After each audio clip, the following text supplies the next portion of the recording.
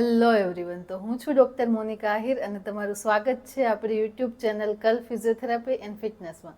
તો આજે સ્નાયુઓના, હાડકાઓના અને સાંધાઓના આટલા દુખાવા વધી રહ્યા છે, પ્લસ રોડ એક્સિડન્ટના લીધે આટલા બધા ફ્રેક્ચર થાય છે, બીજા ઘણા પ્રોબ્લેમ્સ થાય. તો જનરલી ડૉક્ટર્સ આપને એક્સરે, એમઆરઆઈ અથવા સીટી સ્કેનનું કહેતા હોય છે, અથવા તો કોઈ નોર્મલ પ્રોબ્લેમ હોય તો પણ આજે વસ્તુઓ કરાવવી પડે. તો આજે આપણે આ વિડીયોમાં વાત કરીશું કે તમે તમારા એક્સરે, એમઆરઆઈ અને સીટી સ્કેન પરથી કઈ રીતે તમારા પ્રોબ્લેમની માહિતી મેળવી શકો છો. એમાં બેઝિક ડિટેલ શું હોય છે, ડૉક્ટર શું કામે તમને એક્સરે, એમઆરઆઈ અથવા તો સીટી સ્કેન કરવાનું કહે છે, બરાબર? તો આપણે બેઝિક માહિતી મેળવશું. તો વિડીયો છેલ્લે સુધી જોજો, અમારી ચેનલ સબસ્ક્રાઇબ કરજો અને વિડીયો આગળ શેર કરજો. તો ચલો આપણે વાત કરીએ આ બધા રિપોર્ટ્સ વિશે. તો હવે આપણે સૌથી પહેલા વાત કરીએ એક્સરે વિશે, બરાબર? નોર્મલી આપણે કોઈ પણ પ્રોબ્લેમ આવે છે, ક્યાંય સોજો આવે છે, કોઈ ફ્રેક્ચર થાય છે અથવા તો ક્યાંય દુખાવો થાય છે તો ડૉક્ટર આપને એક્સરે કરાવવાનું કહેતા હોય છે. તો હવે એક્સરેમાં શું હોય છે? એક બહુ સિમ્પલ અને ઝડપી પ્રોસેસ છે, બરાબર?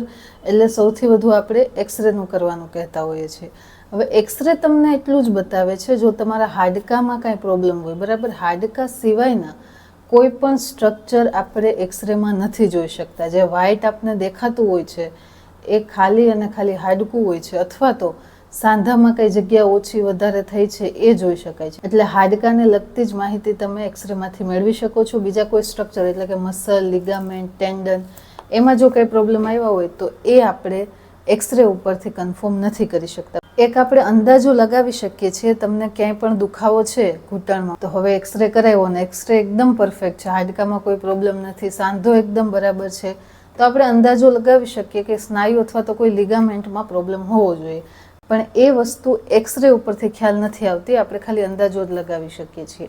અને પ્લસ એક્સરેનો ફાયદો એ છે કે એમાં રેડિયેશન લો હોય છે, પણ ગેરફાયદો એ છે કે હાડકા સિવાયનું એમાં કશું જ નથી આવતું. એટલે આપણે હાડકામાં પ્રોબ્લેમ નથી, છતાં પણ આપણે દુખાવો છે તો આપણે બીજા રિપોર્ટ્સ બાજુ જવું પડે છે.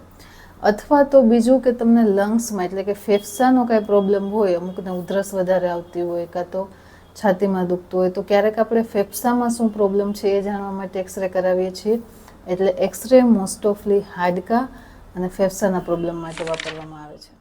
તો હવે એક્સરે ઉપરથી તમને ખ્યાલ ન આવ્યો, બરાબર? કોઈ પણ તમે ડૉક્ટર પાસે ગયા ને એક્સરે કરાવ્યો, આપણને એક્સરે ઉપરથી ખ્યાલ નથી આવતો, કંઈ ફેર નથી પડતો, તો આપણે બોડીના બીજા સ્ટ્રક્ચર માટે એમઆરઆઈ કરાવવો પડે છે. તો એમઆરઆઈમાં શું હોય છે કે હાડકા સિવાયના, હવે હાડકામાં કાંઈ ઇશ્યુ હોય તો એ તો એક્સરેમાં આવી જાય. હવે હાડકા સિવાયના કાંઈ પ્રોબ્લેમ છે આપને, જેમ કે કેટલા સ્ટ્રક્ચર હોય, તો મસલ હોય, લિગામેન્ટ હોય, પછી મિનિસ્કસ હોય છે ઘૂંટણમાં આપણે, એવા ઘણા બધા નાના નાના ટેન્ડન છે, એવા નાના નાના બહુ સ્ટ્રક્ચર છે કે જે એક્સરેમાં નથી આવતા. એટલે એ નાના સ્ટ્રક્ચરમાં કાંઈ પ્રોબ્લેમ છે, સોફ્ટ ટિશ્યુ કહેવાય છે, બરાબર બધાને આને, તો એ સોફ્ટ ટિશ્યુના પ્રોબ્લેમ જાણવા માટે આપણે એમઆરઆઈ કરવું પડે છે. હવે એમઆરઆઈમાં એ ક્લિયર બતાવી દે છે કે તમારા હાડકામાં પ્રોબ્લેમ નથી તો તમારા લિગામેન્ટમાં, તમારા સ્નાયુમાં શું પ્રોબ્લેમ છે, કેટલા ગ્રેડમાં છે, એ બધી એકદમ ફાઇન અને બેઝિક ડિટેલ્સ તમારું એમઆરઆઈ તમને આપી દે છે. અને પ્લસ એમઆરઆઈમાં કોઈ રેડિયેશન નથી હોતા. એક્સરેમાં લો રેડિયેશન હોય છે, બરાબર? એકદમ લો હોય છે, અને એમઆરઆઈમાં રેડિયેશન નથી હોતા. અને કોઈ પણ એમઆરઆઈમાં તમને આવી શીટ આપવામાં આવે છે, બરાબર? અને એક રિપોર્ટ આપવામાં આવે છે. હવે આ શીટ છે એ તો કોઈ આપણે જે તે ડૉક્ટર્સના કામની છે, બરાબર? તમારે તમારો રિપોર્ટ જાણવો હોય તો એ આપણે આખું એક આ એમઆરઆઈની સાથે રિપોર્ટ પણ આપે છે, જેના દ્વારા તમે જાણી શકો છો કે આપને કયા સ્ટ્રક્ચરમાં શું પ્રોબ્લેમ છે, બરાબર? એ રિપોર્ટમાં બધી ડિટેલ માહિતી આપી દે છે. પણ એ ડિટેલ માહિતી જાણવા માટે આપણે બોડીના સ્ટ્રક્ચરનો ખ્યાલ હોવો જોઈએ, બરાબર? જે નોર્મલી નથી હોતો, પણ આપણે એક બેઝિક ડિટેલ એમાંથી જાણી શકીએ કે આપને બોડીના કયા પાર્ટમાં, કયા મસલમાં અથવા તો કયા લિગામેન્ટમાં વાંધો છે. અને આ વિડીયો એના માટે જ છે કે તમને જો હાડકામાં કાંઈ પ્રોબ્લેમ નથી થયો, તમે એક્સરે કરાવી લીધો છે તો તમે એમઆરઆઈ કરાવો, કેમ કે તમને બીજા ટિશ્યુમાં ક્યાંય પ્રોબ્લેમ હોઈ શકે છે.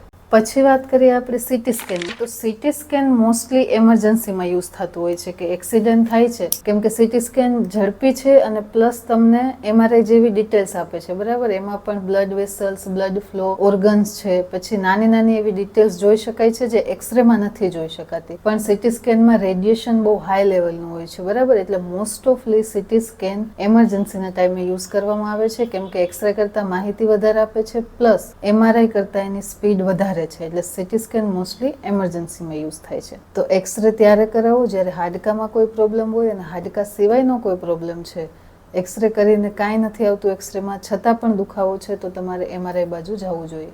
તો આ હતી એક્સરે અને MRI વિશેની બેઝિક ડિટેલ્સ. તો વિડીયો આગળ શેર કરો અને ચેનલ સબસ્ક્રાઈબ કરો. જય હિન્દ.